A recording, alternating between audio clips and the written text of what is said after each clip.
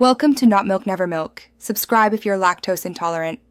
In this video, I will explain how to apply for a UK study visa from home. First, ensure you meet the eligibility requirements for your desired course and university. You must have an unconditional offer of admission from a licensed UK sponsor. Once accepted, your institution will provide you with a unique confirmation of acceptance for studies, or CAS, number. This essential number links your application to your course details and is crucial for the next steps in your visa journey. Next, gather all necessary documents. You will need your valid passport, the CAS number from your university, and all relevant academic transcripts. Crucially, prepare financial evidence demonstrating you have sufficient funds to cover your tuition fees and living costs. This typically involves bank statements.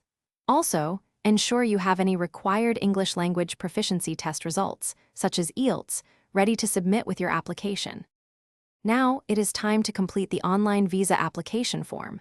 Fill out every section accurately and honestly. After completing the form, you will need to pay the visa application fee and the immigration health surcharge online.